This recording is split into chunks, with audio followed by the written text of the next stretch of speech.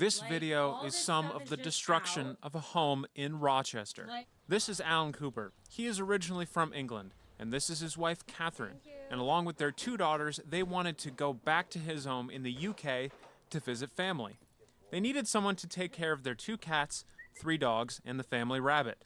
Alan's mother-in-law agreed to help, but on the second day, she slipped and broke her pelvis, while the Coopers were 3,000 miles away. So Katie reached out on a closed Facebook, not public, just friends and friends of friends, trying to find somebody who could step in and help take care of the animals and house it. They were hoping for a professional, and they thought they found one. And a lady came forward who said, you know, I do a dog grooming business. I groom people's dogs in their home. I also will do pet sitting and house sitting.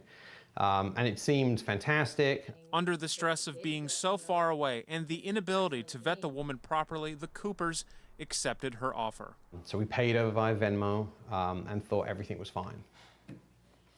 But everything was not fine. Despite good and consistent communication with the house sitter, the Coopers had no reason to worry at first. But the woman asked to borrow their car and asked for her boyfriend to stay over. And then the Coopers were getting strange signals from the remote smoke detectors.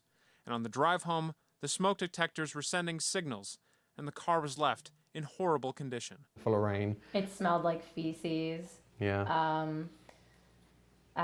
It smelled like smoke in there. It had cereal and food and alcohol like poured down the sides.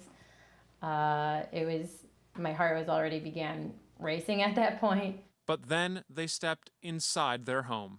It's the scene of what you would imagine if you had 30 people over for a frat party and told everyone, just have as much fun. This is in our house. Nobody has to worry about it.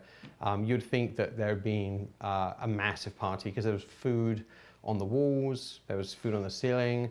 The ceilings coming down where obviously there had been bathroom water damage. Like the rest of the house, the kitchen was trashed. Not just a mess, but cupboards and appliances were broken. Every door in the house was damaged. The dogs were in the crates, whimpering to get out, and they didn't see their cats and rabbit. And then they went upstairs.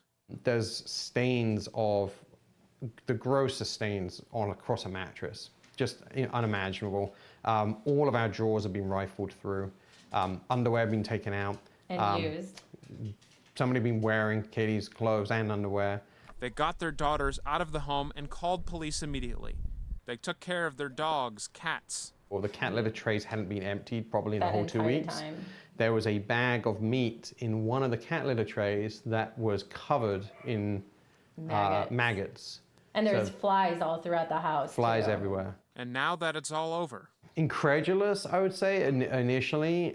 Betrayed. Violated, as though, you know, because it's somebody you place your trust in to do the absolute opposite of what was done.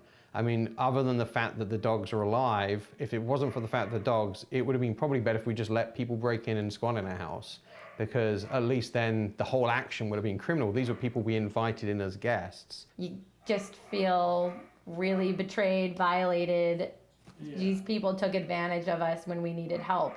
So it's kind of one of the worst kinds of people to me. Now they're trying to move forward. We're all jittery, you know, we're all anxious. So I feel like it's going to take some time for us to just feel comfortable in our own home again, and to feel safe and to trust people. And whatever it is, they hope there are some consequences for those responsible, who Katie claims are drug addicts on a Facebook post, and sends a message of warning.